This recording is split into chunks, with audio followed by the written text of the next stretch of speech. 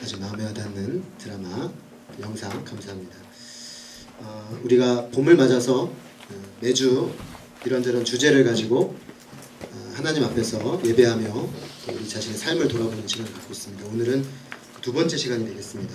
제목은 거듭나야 합니다 라는 제목입니다. 잠깐 기도하겠습니다. 사랑하는 아버지 하나님, 감사합니다. 우리에게 젊음을 주시고 또 꿈꿀 수 있는 시간을 주시고 또 많은 가능성들을 하나님께 주셔서 감사합니다.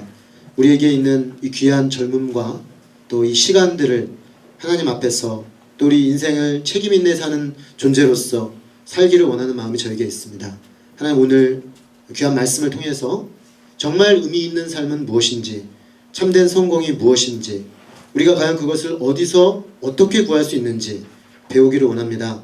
한 성공했던 최고의 정점에 이르렀던 한 사람의 고백과 그 사람에게 주셨던 예수님의 말씀을 통해서 주님, 오늘 우리에게 주시는 하나님의 지혜와 말씀과 또 주께서 주시고자 하신 놀라운 비밀을 깨닫게 하여 주옵시기를 기도합니다. 하나님께서 깨달음을 주시고 또 우리 마음에 터치하여 주셔서 당신 앞에 반응할 수 있는 복된 시간 되도록 역사해 주시기를 기도합니다. 예수 그리스도 이름으로 기도했습니다. 아멘. 우리가 오늘 영상에서도 봤지만 거듭남이라는 제목으로 생각을 해보고 있는데요. 거듭남이 뭐냐? 사람들이 거듭남을 어떻게 생각하느냐라는 좀 질문을 가지고 인터넷 포털 사이트에 들어가서 한번 제가 쳐봤습니다. 거듭남 또는 거듭나다 이렇게 쳐보니까 굉장히 다양한 표현들이 나오더군요. 주로 이제 기독교 관련된 말들이 나오는데 일반 사람들은 거듭남을 어떻게 정의하고 어떻게 말하고 있는가, 그런 질문을 가지고 한번 봤습니다. 봤더니 이런 표현이 있었습니다. 무기력에서 희망으로의 거듭남, 행복한 미래를 위한 거듭나기, 심지어 어느 거듭나기 학원명의 거듭나기가 있더라고요. 그리고 엄마 쌤으로 거듭나기, 패션 쌤으로 거듭나기, 완성형 외아수로 거듭나기, 다양하게 전 분야에서 쓰여지고 있었습니다. 심지어 불교의 환경 파괴와 생태적 거듭남이라는 제목도 눈에 띄고요. 또 인터넷 사이트를 검색하고 거듭나기를 딱 쳐봤더니 맨 위에 나오는 게 뭐였냐면 기공과 요가 사이트, 그 사이트 이름이 뭐냐면 거듭나기였어요. 거듭나기 위해서 그 기공과 요가를 해야 한다. 그런 들어가 보니까 아주 다양하게 소개를 하는 걸 봤습니다. 자, 이런 아주 다양한 문맥에서 다양한 상황에서 거듭남 또 거듭나기라는 말이 쓰여지고 있는데, 자, 그러면 우리가 이런 상황에서 이런 일반적으로 쓰여지고 있는 거듭남이라는 이야기 속에서 거듭나야 됩니다 라는 말을 하게 되면 거듭나야지, 거듭나면 좋겠네, 이런 생각이 당연히 있게 듭니다. 그러나 이 표현을 최초로 사용한, 굳이 저작권자를 따지면 예수님이 처음으로 사용하셨습니다. 그런데 예수님이 그 원 저작권자인 예수님이 사용하실 때의 거듭남이라는 말하고 오늘날 우리가 일반적으로 사용하고 있는 거듭남은 상당히 그 의미가 다릅니다. 아니, 그 정도가 아니라 근본적으로 다릅니다. 완전히 다른 의미예요. 어떻게 보면 정반대 의미로 지금 우리는 사용하고 있습니다. 오늘 우리는 그 원 저작권자이신 예수님께 가서 우리가 왜 거듭나야 되는지, 또 누가 거듭나야 하는 것인지, 어떻게 거듭날 수 있는지 생각해 보려고 합니다. 첫째로, 누가 왜 거듭나야 됩니까? 오늘 요한복음 우리가 읽은 3장 말씀에는 니고데모라는 인물이 등장하고 있습니다. 이 니고데모라는 사람의 이름의 어원을 거슬러 올라가 보면 정복자라는 뜻이 됩니다. 참 사람이 자기 이름대로 살기가 쉽지 않은데 이 사람은 이름대로 살았습니다. 당대 이스라엘의 최고의 성공자요 정복자라고 할 수 있는 그런 인물이었습니다. 그는 오늘 1절에 바리새인이라고 소개되고 있는데, 바리새인이란 쉽게 말하면 당시 유대사회의 가장 종교적인 사람들의 집단을 말합니다. 즉 그는 매우 종교적인 인물이었습니다. 그래서 그는 헌금, 예배, 율법 준수, 금식, 모든 종교적 의례들을 철저하게 준행하는, 누가 봐도 이 사람은 참 훌륭한 종교인이었습니다. 뿐만 아니라 유대인의 지도자라고 소개되고 있는데, 이 말은 산헤드린 공회를 일컫습니다. 산헤드린 공회란 70명으로 이루어진 당시 이스라엘 입법, 사법, 행정을 관장하는 최고 통치기구입니다. 다시 말하면 이스라엘 전체에서 70명을 뽑아서 법도 만들고 행정 집행도 하고 사법까지 관장하는 최고의 권력을 가진 그런 기관이죠. 그는 그 넘버 70 안에 들어있는 그런 사람이었습니다. 뿐만 아니라 요한복음 19장에 보면 그는 엄청난 은을 가지고 와서 예수님 장례를 도와주는 점이 나오는 걸로 봐서 부자였습니다. 참 이 사람은 사회 정치적으로, 종교적으로, 경제적으로 최정점에 서 있는 그런 사람이라고 할 수 있겠습니다. 보통 우리가 사회, 정치, 경제적으로 성공한 사람들 중에 사회적으로 존경을 받는 인물들이 그리 많지 않습니다. 보통 정치적 정점에 경제적 가다 보면 조금 다른 부분, 특히 인격적이거나 도덕적 측면에서 흠결이 생기기가 쉽죠. 그래서 우리 사회에 이렇게 정점에 있는 사람들 보면 정말 마음으로 존경받는 사람은 그리 많지 않아요. 그런데 이 사람은 좀 달랐어요. 이 사람은 10절에 보면은 이스라엘의 선생 랍비라는 표현이 나옵니다. 이스라엘의 선생 랍비란 당시 이스라엘에서 그 사회에서 가장 덕망 높은 사람을 세우는 자리입니다. 그러니까 이 사람은 매우 존경받는 도덕적 완성의 경지에 이른 그런 사람이었다는 것을 알 수가 있습니다. 한마디로 그는 정말 정복자였습니다. 이스라엘의 당대의 모든 영역의 최정점에 서 있는 그런 인물인 것이죠.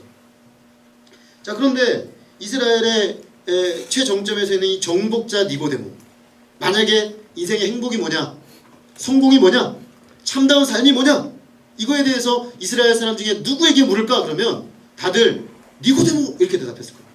니고데모에 가서 그 질문을 하고 답을 얻어야 될 것 같습니다.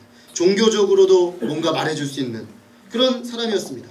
특별히 그는 바리새인이었기 때문에 하나님에 대해서도 할 말이 있는 그런 사람처럼 보입니다. 그런데 이상합니다. 이 사람이 밤중에 예수님을 찾아가서는 이렇게 말합니다. 랍비여, 우리가 당신은 하나님으로부터 오신 선생인 줄 아나이다. 하나님이 함께 하시지 않으면 당신이 행하시는 이 표적을 아무도 할 수 없습니다. 밤중에 찾아갔다고 되어 있습니다. 충분히 이해가 됩니다. 왜냐하면 사회적으로 이 사람이 좀 뭔가 떳떳하지 못한 거죠. 누가 봐도 성공한 인물이고 누가 봐도 다 우러러보는 인물이 당시 이스라엘의 막 종교적 리더로, 신생 리더로 30대 초반에 뜨고 있었던 예수를 찾아간다는 것이 그의 체면에 맞지가 않는 거죠. 60, 70대 사회 정점에 이른 모든 것을 가진 사람이 저 시골의 갈릴리 나사렛 북쪽에서 떠가지고 지금 막 부상하기 시작한 그 사람에게 찾아간다는 게 뭔가 안 맞는 겁니다. 좀 민망하기 때문에 밤중에 조용히 찾아갔습니다. 자, 그러나 니고데모는 이럴 수밖에 없었던 것 같습니다. 왜냐하면 인생에 뭔가 중대한 한계에 부딪혀 있었던 것입니다. 이 땅에서 모든 일의 정점에 서 있었지만 그 자신은 정작 뭔가 결정적인 부분에서 비어있다고 느꼈습니다. 그걸 느끼지만 내가 다 해봤기 때문에, 다 가지고 있기 때문에 오히려 역설적이게도 그 사람은 도대체 뭐가 문제인지를 알 수가 없었습니다. 그런 차에 예수님에 대한 소문을 듣게 되었습니다. 그리고 그는 자신에게 없는 그 무엇을 가지고 계신 것처럼 보이는 그에게 찾아가기로 결심한 것입니다. 그는 인생의 문제를 안고 간절한 마음으로 겸손하게 예수님을 찾아간, 비록 약간 사람들의 눈이 있어서 밤중에 찾아가긴 했지만 그래도 진정한 인생의 문제와 답을 얻기 위해 찾아간 겸손한 구도자였습니다. 하지만 그의 영혼은 마치 그가 찾아간 밤과 같은 상태였습니다. 깜깜하였습니다. 오늘 많은 사람들이 피상적으로 원하는 삶이라는 것은 아마도 니고데모와 같은 삶일 것 같습니다. 그렇지 않겠습니까? 여러분들이 지금 추구하는 삶의 끝에 어떤 그림이 있는지요? 오늘 여러분들이 가장 가치를 두고 시간을 투자하고 하기를 원하는 삶의 끝을 가만히 생각해 보십시오. 그 어딘가에 서 있을 것 같은 사람이 니고데모 아니겠습니까? 그래서 왜 그러면 우리가 그런 삶을 추구하냐면 그렇게 살면 행복할 것 같으니까, 그렇게 살면 뭔가 성공한 삶인 것 같으니까, 그렇게 살면 뭔가 내 안에 충만한 기쁨과 삶의 의미가 있을 것 같으니까 우리는 그것을 추구하기 위해서 때로는 내 자신을 다스려가면서 열심히 부지런히 그 일을 추구하는 것이죠. 자, 그런데 우리가 이런 입장에 있기 때문에 니고데모가 잘 이해가 안 될 수가 있습니다. 이 사람은 뭐야? 다 가진 사람이 왜 밤중에 자기의 어떤 한계를 깨닫고 갔다고 하는 거지? 난 저렇게 되고 싶은데? 에휴, 한번 돼보고 나서야 뭐 저런 얘기를 할 수 있겠지, 이렇게 생각을 할 수가 있습니다. 하지만 우리가 이 세상에서 성공했다고 하는, 소위 성공했다고 하는 사람들의 삶을 좀 가까이 가서 이렇게 들여다보면은 그 안에 공허와 깊은 허무와 한계의 실마리를 잘 발견하게 됩니다. 우리가 좀 전에 봤던 박진영 씨가 어떻게 보면 그 대표자라고 볼 수 있겠습니다. 어쩌고 보면 그 사람은 자기가 정말 추구하던 대로 우리가 20억 버는 목표를 대학에 세웠다고 해도 그거 이루기가 쉽겠습니까? 뭐 금방 이뤘다잖아요. 그 말이 더 힘들어요. 그렇죠? 목표 세운다고 되는 것도 아닌데 저 사람은 재능이 있었어요. 그 남들이 부러워하는 그 유명 대학 출신이잖아요.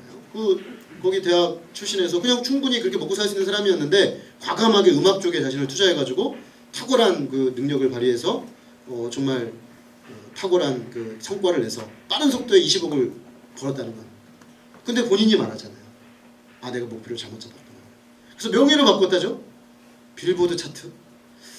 그것도 뭐 한다고 다 되나요? 그죠? 근데 좀 돼요, 이 사람은 하면. 근데 이 사람 고백에 의하면 이것도 아니라는 거죠.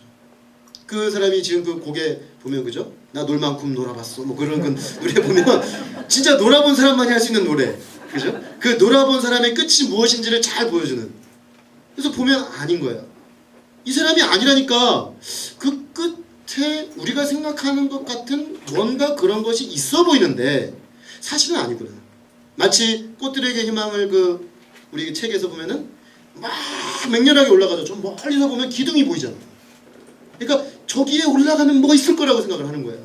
그래서 맹렬하게 올라가서 보니까 그 꽃들에게 희망을 책에 보면 맨 마지막에 딱 올라갔는데 바로 밑에서 벌레들이 하는 얘기가 들립니다. 맨 위에 두 벌레가 얘기합니다. 한 벌레가 얘한테 합니다. 뭐야? 아무것도 없잖아. 옆에 벌레가 얘기합니다. 조용히 해. 지금 다 여기 보고 올라오고 있는데 그 말하면 어떡해? 잠시 후에 으악 소리가 나요. 둘 중에 한 명을 밀어 떨어뜨린 거예요. 그때부터 이 벌레가 힘을 빠져가지고 걸어 내려오기 시작하죠. 내려가요. 봤더니 저쪽에도 기둥이 있고 저쪽 기둥의 실체가 뭐였던 거예요? 신기루. 아무것도 없는데 자기들끼리 쌓아 올라가서 무엇이 있는 것처럼 생각하고 그것을 추구했던 것입니다. 사실은 정점에 있는 사람들은 알아요. 그러나 얘기하지 않죠. 왜? 다 나보고 올라오니까. 그런 점에서 박진영 씨는 참 정직한 사람이에요. 제가 볼 때 참 정직한 사람입니다. 적어도 그 사람은 정직해요. 아, 이게 아니라는 건 알았으니까. 근데 그도 그 다음은 모르는 거예요. 그러면 진짜는 어디 있는가? 진정한 인생의 행복, 진정한 인생의 만족, 진정한 인생의 성공이 뭐냐? 이 부분에 있어서는 여전히 질문을 던지고 있다는 것입니다. 우리는 왜 성공했다고 말하고 정점에 섰다고 말하고 모든 걸 얻었다고 말하는 사람들의 삶의 내면에 정말 이런 공허와 무의미와 한계를 발견하게 되는 것일까요? 우리는 니고데모의 말에서 한 실마리를 발견하게 됩니다. 그는 예수님께서 하나님께로부터 오신 분인 줄 알았다고 말했습니다. 또 하나님이 함께 하시지 않으면 이런 일을 할 수 없다고 말했습니다. 다시 말하면 그는 자기가 이 땅에서 모든 걸 다 가지고 있는데 자기가 갖지 않은 그 무엇을 그가 가지고 있다는 걸 알았다는 거죠. 그렇습니다. 니고데모는 이 땅에서 최대치의 성취를 이룬 사람입니다. 그런데 이 땅의 최대치로 채워지지 않는 어떤 것, 그건 뭡니까? 하늘로부터 내려오는 것이죠. 우리가 아무리 땅에서 최대치를 쌓아 올려도 결코 땅에서 얻을 수 없는 것이 있는 것입니다. 그건 하늘에서 내려와야 되는 거예요. 니고데모는 그거를 깨달았던 것입니다. 그래서 하늘로부터 오는 어떤 것을 찾아서 간 것입니다. 예수님께. 자, 하나님으로부터 오는 그 무엇이 없어서 찾아간 그에게 예수님께서는 아주 단도직입적으로 그의 인생의 문제와 처방을 말씀하십니다. 진실로 진실로 내게 이르노니 사람이 거듭나지 않으면 하나님 나라를 볼 수 없느니라. 이 말씀은 대우명제로 바꿔놓으면 사람이 하나님 나라를 보기 위해서는 거듭나야 된다. 이런 표현이 되겠습니다. 본명제가 진리면 대우명제도 진리죠. 그러니까 하나님 나라를 보기 위해서는 반드시 거듭나야 된다. 그럼 여기는 예수님의 진단이 있습니다. 니고데모, 당신의 문제는 하나님 나라를 보지 못하는 것입니다. 다시 말하면 하나님 나라를 맛보고 있지 못하군요. 당신이 이 땅에서 모든 것을 다 가졌다고는 하지만 하늘로부터 내려오는 그 어떤 것, 실체의 한 토록도 당신은 지금 누리고 있지 못하군요. 그런데 그것을 얻고자 한다면 거듭나셔야 되겠습니다. 이렇게 말씀하신 것입니다. 다르게 말하면 여기 하나님 나라라고 표현되어 있는데 이것은 마태복음, 마가복음, 누가복음은 천국입니다. 지금 니고데모의 문제는 이 땅의 나라에서는 최고지만 천국은 한 토록도 소유하지 못했다는 거죠. 누가복음의 표현에 의하면 영생 구원입니다. 하나님 나라, 천국, 영생, 구원 다 같은 말입니다. 그는 땅의 것을 추구하다가 하늘에 속한 어떤 영생에 관련된 구원에 관련된 것은 전혀 누리지 못하고 있었습니다. 그리고 반드시 그것을 얻고자 한다면 거듭나야 된다. 거듭남의 필요성. 왜 거듭나야 되는가? 여러분 왜 거듭나야 됩니까? 그것은 하늘의 것을 맛보기 위해서는 거듭나야만 맛볼 수 있기 때문입니다. 그리고 이 말씀을 하신 대상이 다른 사람도 아니고 니고데모라는 것이 중요하죠. 누가 거듭나야 되는가? 니고데모도 거듭나야 됩니다. 이렇게 말할 수가 있겠습니다. 니고데모가 거듭나야 된다면 이 땅에서 존재하는 어떤 사람도 거듭나지 않고 하나님 나라를 맛볼 수 있는 사람은 없다라는 말이 되겠습니다. 그는 당대 이스라엘에서 올라갈 수 있는 최대치까지 올라가 본 사람이기 때문에 그러므로 같은 방법으로 이 땅에서 쌓아 올려가지고 하늘의 것을 소유하려는 시도는 니고데모를 볼 때 실패한다는 거죠. 그러면 누가 거듭나야 되는 것입니까? 이 땅에 살고 있는, 이 땅에 살지만 하늘을 바라보며 하늘을 지향하며 사는 존재, 그 누구든지 간에 이 땅에서 추구하는 인간들은 궁극적으로 이 땅에 있지만 하늘의 것을 알고자 몸부림치는 모든 인간들이 그 진정한 하늘의 실체를 맛보고자 한다면 누구나 아무도 예외 없이 거듭나야 된다는 것입니다. 자, 우리가 아무리 하늘의 것을 얻으려고 해도 결국 문제가 되는 건 뭐냐면 땅의 것으로 하늘의 것을 얻을 시도는 100% 실패합니다. 왜냐? 땅의 것은 아무리 최대치를 빼도 땅입니다. 땅에서 아무리 끝까지 올라가도 결국 땅이죠. 완전히 새로운 세계가 내 안으로 들어오지 않으면 결국에는 한계적일 수밖에 없다는 거죠. 그래서 우리는 니고데모처럼 하늘로부터 온 분의 이야기를 들어야 합니다. 하늘로부터 내려오는 그 무엇을 소유해야 합니다. 거듭남은 바로 그 하늘의 것을 우리가 경험하도록 도와주는 출발점입니다. 그런 점에서 이 세상 어떤 사람도 거듭나지 않고서는 하나님의 영역에 속한 것들을 경험할 수가 없다는 것입니다. 자, 그러면 거듭남 그러는데 거듭남이 뭡니까? 우리는 이 거듭남이 뭐냐라는 질문을 지금 빠뜨리고 여기까지 왔는데 사실은 거듭남이 뭐냐가 중요합니다. 많은 사람들은 거듭남을 결심으로 새로운 삶을 시작하는 것이라고 생각합니다. 그래, 결심했어. 나 오늘부터 새롭게 태어나서 나 새로운 나가 되는 거야. 이게 거듭남입니까? 인간의 생각과 감정과 의지를 새롭게 하여 새로운 삶을 시작하는 것, 그게 거듭남. 우리가 보통 생각하는 거듭남이죠. 물론 이걸 다 틀렸다고 보기는 어렵습니다. 왜냐하면 거듭난 사람은요, 의지가 바뀌고 감정적 반응이 바뀌고 지적 인식이 바뀝니다. 결과적 측면에서 봤을 때는 인간적으로 자기가 자기의 의지와 감정과 뜻을 바꾸는 것이나 거듭나서 새 사람 되는 거나 비슷해 보입니다. 그런데 문제는 근본적으로 거듭남의 정의라는 측면에서 봤을 때는 그것은 틀렸습니다. 예수님이 거듭나야 된다라는 말은 아노텐이라는 단어인데 이 단어는 위로부터 난다라는 것입니다. 위로부터 난다.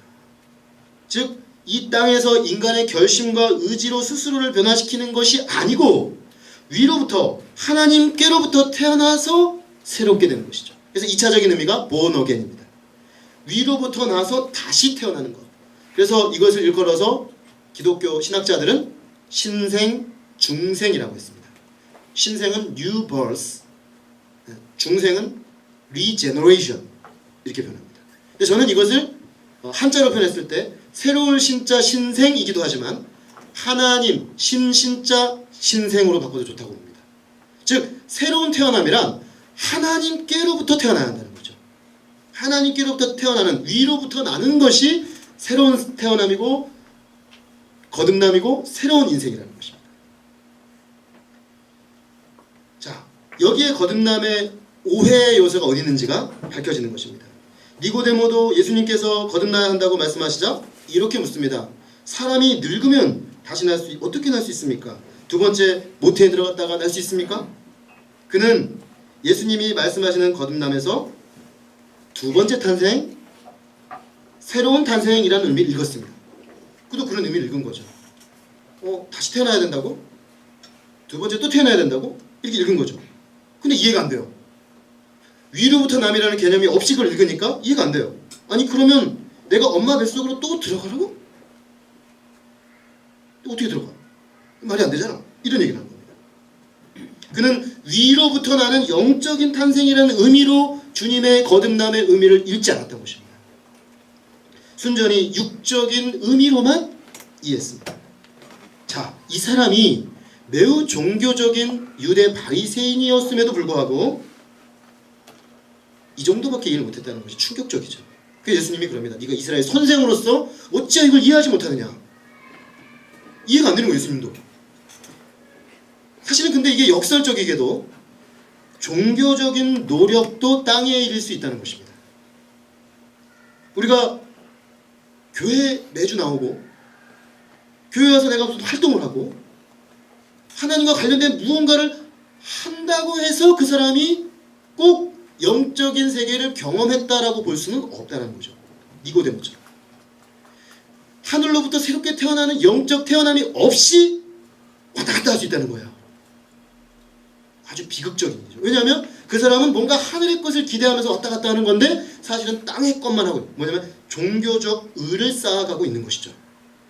땅의 거예요. 사실은 땅의 것이었어요. 하늘의 것처럼 보였는데 땅의 것으로 온통 가득 채웠던 것입니다. 그러므로 거듭남이란 일체의 이 땅의 인간의 노력으로 얻을 수 있는 것이 아니며 전적으로 하나님께로부터 오는 것이라는 것을 알게 되는 것입니다. 이 사실을 확인할 때 거듭남은 다시 한번 사람의 일이 아니라 하나님의 일이구나 하는 것을 알게 됩니다. 자, 여기까지 오게 되면 당연히 이런 질문이 생깁니다. 아 그래요? 그러면 어떻게 거듭날 수 있습니까? 그런 게 있습니까? 있다면 어떻게 할 수 있는 거죠? 저도 한번 거듭나 봅시다. 이렇게 질문해 볼 수 있겠습니다. 니고데모는 근데 바로 난관에 부딪혔습니다. 과연 그런 일이 가능할까? 사람이 다시 태어난다는 게 가능할까? 한 번도 겪어보지 않은 일이거든요. 이 땅에서 뭔가를 쌓아 올리는 건 수도 없이 해봤어요. 그리고 성공도 해봤어요. 다 누려봤어요. 근데 하늘로부터 다시 태어난다. 그래서 새로운 인생이 출발한다. 이해가 안 되는 거예요. 그래서 그런 일이 가능하다는 것 자체에 대해서 의심을 품게 됩니다. 자, 그러면 정말 우리도 질문하게 돼요. 어떻게 사람이 위로부터 다시 태어날 수 있습니까? 영적인 새로운 탄생은 어떻게 일어나는 것입니까? 예수님은 3절에서 사람이 거듭나지 아니하면 하나님 나라를 볼 수 없느니라 그랬습니다. 5절은 병행 구절인데 거듭나지 않으면을 설명했습니다. 물과 성령으로 나지 아니하면 하나님 나라를 볼 수 없느니라. 하나님 나라를 보려면 물과 성령으로 나야 한다. 이렇게 표현하는 것입니다. 그러면 물과 성령으로 난다는 것이 무엇입니까? 그것은 물은 씻음을 의미합니다. 죄 씻음. 죄 씻음으로 이루어지는, 죄 씻음을 내용으로 하는 성령의 거듭나게 하시는 능력의 역사가 사람을 거듭나게 한다는 것입니다. 모든 사람이 이 땅에서 아무리 위대한 성취를 하고 심지어 도덕적으로, 아니 종교적으로까지 엄청난 성취를 한다고 해도 그것이 사람을 거듭나게 하는 조건으로 완성시킬 수 없다는 거죠. 그것은 왜입니까? 인간의 죄 때문입니다. 인간이 이 땅에서 아무리 최대치의 노력을 해도 결국 거기에는 인간의 죄로 인한 한계가 있기 때문에 결국에는 하나님으로부터 거듭남을 만들 수가 없다는 것입니다. 죄가 무엇입니까? 죄는 단도직입적으로 말하면 마음에 하나님 두기를 싫어하는 것입니다. 죄는 하나님을 떠나는 것이고 하나님을 거절하는 것이고 하나님과의 장벽을 만들어 하나님과의 관계성을 파괴시키는 것입니다. 사람은 죄 때문에 그 마음에 하나님 두기를 싫어합니다. 그리고 하나님을 제거한 다음에 하나님 외에 다른 것에 그것을 채워넣는 성향이 있습니다. 그게 죄의 결과입니다. 그러다 보니까 하나님 없이 사람들은 어떤 하늘의 실체를 봅니다. 왜냐? 인간은 하나님의 피조물이기 때문에 하늘의 것을 추구하도록 만들어졌죠. 누군가 그랬습니다. 동물과 인간의 차이가 무엇인가? 동물들은 다 고개를 숙이고 땅을 본다는 거죠. 그러니까 인간은 유일하게 하늘을 보는 존재예요. 하나님이 그렇게 만드셨어요. 인간은 그래서 하나님을 모르는 우리 동양 사람들도 천지인, 그래서 천과 지를 잇는 존재가 인간이다. 대단히 철학적이지만 의미심장한 이야기예요. 인간은 이 땅의 것으로는 결코 자기 존재를 완성할 수 없는 존재입니다. 왜? 인간 안에는 하늘적 요소가 있는 것입니다. 그런데 문제는 죄 때문에 하늘과의 관계가 깨져버렸어요. 그래서 아무리 이 땅의 것으로 발버둥 쳐도 하늘의 것이 내게 오지 않기 때문에 결국에는 거듭나지 않는 이상은 이 문제가 해결이 안 되는 것입니다. 우리는 문제가 뭡니까? 마치 하늘의 것도 이 땅의 방식으로 얻으려고 하는데 문제가 있습니다. 죄가 있는 인간은 하늘로부터 단절되었기 때문에 스스로의 힘으로는 이 문제를 결코 해결할 수 없다는 사실을 인정할 필요가 있습니다. 내 힘으로 아무리 노력하고 애써도 이 문제를 해결할 수 없기 때문에 내가 나의 모든 노력이 땅의 것이었구나 하는 것을 인정하고 하나님의 방법과 하나님의 능력으로 새롭게 태어나는 길을 향해 나가야 된다는 거죠. 결국 사람을 우리 기독교에서는 둘로 분류합니다. 세상 사람들은 어떻게 분류하냐면 좋은 사람, 나쁜 사람 이렇게 분류합니다. 그죠? 근데 기독교는 좀 다르게 분류해요. 기독교는 어떻게 분류하냐면 조금 더 도덕적인 죄인과 비도덕적 죄인으로 분류할 수 있습니다. 즉 예수를 믿지 않는 사람 중에 좀 도덕적으로 타협할 수 있는 사람이 있습니다. 왜냐? 땅의 최대치죠. 땅의 최대 인격 도야를 통해서 올라갈 수 있는 인격적 수준이 있어요. 도덕적인 사람이죠. 그러나 하늘의 관점에서 보면 뭡니까? 도덕적 죄인일 따름이라는 것입니다. 또 다르게 표현하면 좀 더 종교적인 죄인과 덜 종교적인 막 나가는 죄인이 있는 거죠.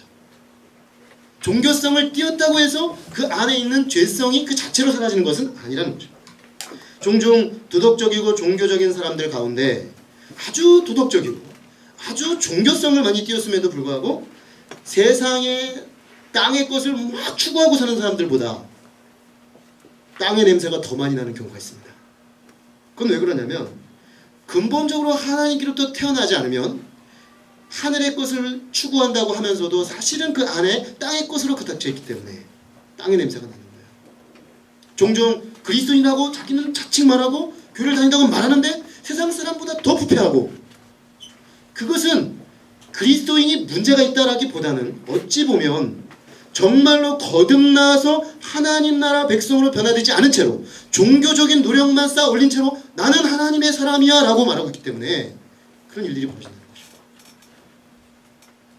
근본적으로 사람이 하나님으로부터 새롭게 태어나지 않으면 이 땅의 어떤 노력으로도 하나님의 냄새, 하나님의 향기를 내게 할 수는 없는 것입니다. 왜냐? 한 번도 하나님, 하늘에 대한 것을 경험해 본 적이 없기 때문에 그 사람에게는 하늘의 냄새가 나지 않습니다. 그래서 사는 걸 보면 똑같아요, 세상 사람은. 아니, 더 나쁠 수도 있어요. 왜냐? 자기 속이니까요. 자기 실체가 없으면서, 하늘의 실체가 없으면서 마치 실체가 있는 것이냐? 스스로를 속이기 때문에 자기도 힘들고 옆에 사람도 힘들게 할 수가 있는 것입니다. 그러므로 우리가 거듭난다라는 말은 우리 속에 있는 죄의 문제를 해결하는 것으로만 가능합니다. 즉, 죄 씻음, 물이 있어야만 가능한 것입니다. 자, 여기서 두 가지 문제가 파생됩니다. 첫 번째는 어떻게 그러면 죄를 씻을 수 있는가? 어떻게 하면 이 하나님을 두고 싶어 하지 않고 하나님 없이 살려고 하는 우리의 이 본성을 바꿀 수 있느냐? 이 문제가 남게 되겠죠. 그리고 또 다른 하나는 그 죄 씻음을 가능케 하는 주체가 누구냐 하는 것입니다. 저는 두 번째 거를 먼저 좀 다루고 싶습니다. 주체가 누구입니까? 오늘 본문에 예수님 말씀하시나? 물과 성령으로. 죄를 씻으시는 주체는 하나님의 영이신 성령으로 가능하다는 것입니다. 그래서 예수님은 알기 쉽게 이 땅의 것을 가지고 설명합니다. 이게 하늘의 거잖아요. 성령, 보이지 않지만 존재하신 하나님의 영이거든요. 보이지 않지만 존재하는 하나님의 영이 어떻게 사람들을 씻느냐를 설명하기가 어려워요. 그러니까 예수님이 이 사람 수준으로 내려와가지고 땅에 있는 그 무엇을 설명하셨는데 여기에 워드 플레이가 있습니다. 성령을 설명하기 위해서 뭘 가져왔냐면 바람을 가져왔습니다. 그런데 성령과 바람은 둘 다 헬라어로 푸뉴마, 동의어입니다. 동음이어죠. 그러니까 푸뉴마 바람을 가지고 푸뉴마 성령을 설명하시는 것입니다. 바람의 특징이 뭐냐? 바람이 임으로 불매. freely. 바람은 자유롭게 붑니다. 그러나 눈에 보이지 않습니다. 여기 바람 보신 혹시 이상하신 분 계신가요? 네. 우리가 바람을 보진 못했지만 바람을 봤다고 느끼는 건 바람의 결과가 남기 때문이죠. 바람의 결과는 남습니다. 느껴지기도 하고요. 때로는 가시적으로 보이기도 합니다. 허리케인이 확 불어버리면 막 집이 날아가 버리거든요. 바람이 좀 세게 부네. 이렇게 생각하게 되죠. 그죠? 그러니까 바람이라는 게 눈에 보이진 않지만 결과를 반드시 남긴다는 거죠. 성령의 역사도 그와 같다는 것입니다. 성령의 거듭나게 하는 역사도 그와 같아요. 그래서 눈에 안 보이는데 성령이 거듭나게 하면 거듭남의 결과가 사람에게 남아요. 어떤 결과가 나면 하나님 나라를 맛보게 돼요. 거듭난 사람은 하나님을 경험하게 돼요. 하늘의 세계를 이 땅에서 누리게 돼요. 그래서 하나님과 동행하는 삶이 시작돼요. 그래서 그 사람의 인격과 삶의 가치 속에 하나님과 관련된 것들이 심겨지기 시작해요. 그래서 처음에는 사람이 거듭났는지 안 났는지 모르는데 진짜 거듭난 사람은 10년 지나고 20년 지나고 30년 지나면요 완전히 다른 사람이 되어 있습니다. 나중에 보면 사람이 이렇게 말합니다. 얘는 땅의 사람인데 땅의 사람 같지 않고 어디 딴 데 속한 사람 같아? 이런 말이 나옵니다. 왜냐? 하늘로 또 거듭나버린 거예요. 그게 오랜 시간 동안 거듭남의 결과가 가치관적으로 내 내면의 그 어떤 인격적인 측면으로 나타나니까 완전히 다른 사람으로 변화돼 버린다는 것입니다. 자, 우리가 성령의 역사를 이렇게 본다면 이 성령의 역사로 말미암아 거듭난다는 게 정말 기대하게 되는 거죠. 나도 정말 그렇게 거듭나고 싶다. 근데 많은 경우 우리가 거듭나고 싶은데 거듭남의 그 기대하는 양상들이 좀 비슷합니다. 이게 뭐냐면 확 뒤집어지고 싶어 하죠. 그래서 그냥 누가 봐도 이야 장어출 거듭났구나 이렇게 느껴질 수 있게 그래서 확 바뀌고 싶어요. 막 그렇게 막 느끼고 싶은 거예요. 근데 거듭남이라는 게요, 이게 분명히 거듭나기 전과 거듭남이 후에는 분명히 차이가 있습니다. 그러니까 어떤 시점에 분명히 거듭나는 거예요. 근데 때로는 자기도 그 시점이 좀 아리까리하게 넘어가는 경우가 있어요. 기독교 역사의 아주 대표적인 두 인물을 제가 예를 들어보겠습니다. 한 명은 어거스틴입니다. 이 사람은 AD 4세기 300년경에 북아프리카에 살았던 인물인데 당시 북아프리카는 로마 문명권에 있었어요. 이 사람은 10대가 되었을 때 출세의 꿈을 꿈고 로마로 갑니다. 로마로 가서 뭘 하냐면 수사학 공부를 합니다. 당대 수사학 최고의 수준에 이르는 공부를 하는데 문제는 이 사람이 10대 때부터 어머니의 기대와 달리 어머니는 어거스틴이 하나님을 잘 알고 하나님과 동행하고 하나님과 정말 교제하는 믿음의 사람을 살기 원했는데 그는 엇나가기 시작했습니다. 그래서 세속적으로는 매우 출세가도를 달렸지만 도덕적 윤리적으로 심히 타락했습니다. 그래서 10대에 이미 창녀랑 애를 낳고 나중에 이 사람이 31살에 세례를 받는데 세례 받을 때 그때 낳은 자기 아들하고 같이 세례를 받아요. 15살 정도 돼요. 그러니까 이 사람이 31살인데 15살 된 애를 데리고 세례를 받았으니 얼마나 좀 막 간 거예요. 막 갈 때까지 간 거죠. 그런데 이 사람이 아주 극적으로 거듭나게 됩니다. 30살쯤이 되었을 때 자기의 세속적 성취와 쾌락도 맛볼 만큼 맛봤죠. 세상 다 맛보고 성취도 다 해보고 했는데 너무 공허한 것입니다. 그래서 이단 중에 하나인 마니교에 깊이 심취하기도 하고 막 여러 종교를 전전합니다. 그러다가 어느 날 이 사람은 수사학자이기 때문에 말을 잘한다는 소리만 들으면 달려가는 거예요. 근데 밀라노의 주교 중에 암브로시우스라는 사람이 있었는데 소문에 암브로시우스는 당대 최고의 수사학을 구사한다라는 얘기를 들었습니다. 설교자지만 말을 얼마나 잘하길래 한번 가봐야겠다. 그래서 어거스틴이 간 거예요. 갔더니 암브로시우스가 정말 과연 말을 잘하시는 거예요. 설교죠. 설교를 막 청산유수와 같이 이야 이건 내가 생각하는 모든 수사학적 이론을 탁월하게 구사하는데? 그러면서 막 감동을 받으며 들은 겁니다. 그런데 듣다가 어거스틴의 심령에 뭔가 쾅 하고 부딪혀오기 시작했습니다. 처음에는 그 사람의 수사학만 들으려고 했는데 나중엔 그 사람이 전하는 말씀이 들리기 시작했습니다. 그러면서 자기가 심각한 문제가 있다는 것을 깨닫기 시작합니다. 영적 갈등이 시작됩니다.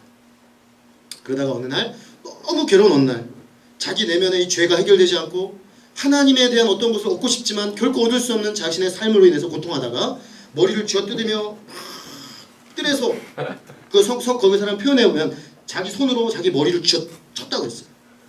여러분 정말 죄 문제가 너무 크면 해결되지 않는 자기 내면 문제가 너무 크면 정말 자기를 쥐어받고 싶지 않습니까?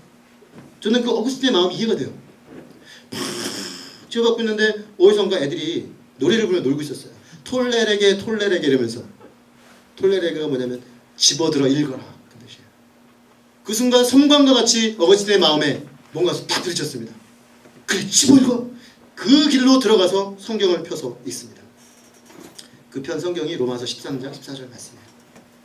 나지아와 같이 단정히 행하고 정욕을 위하여 육신의 일을 도모하지 말라. 그 순간 누가 봐도 알 수 있을 정도로 어거스틴은 하늘의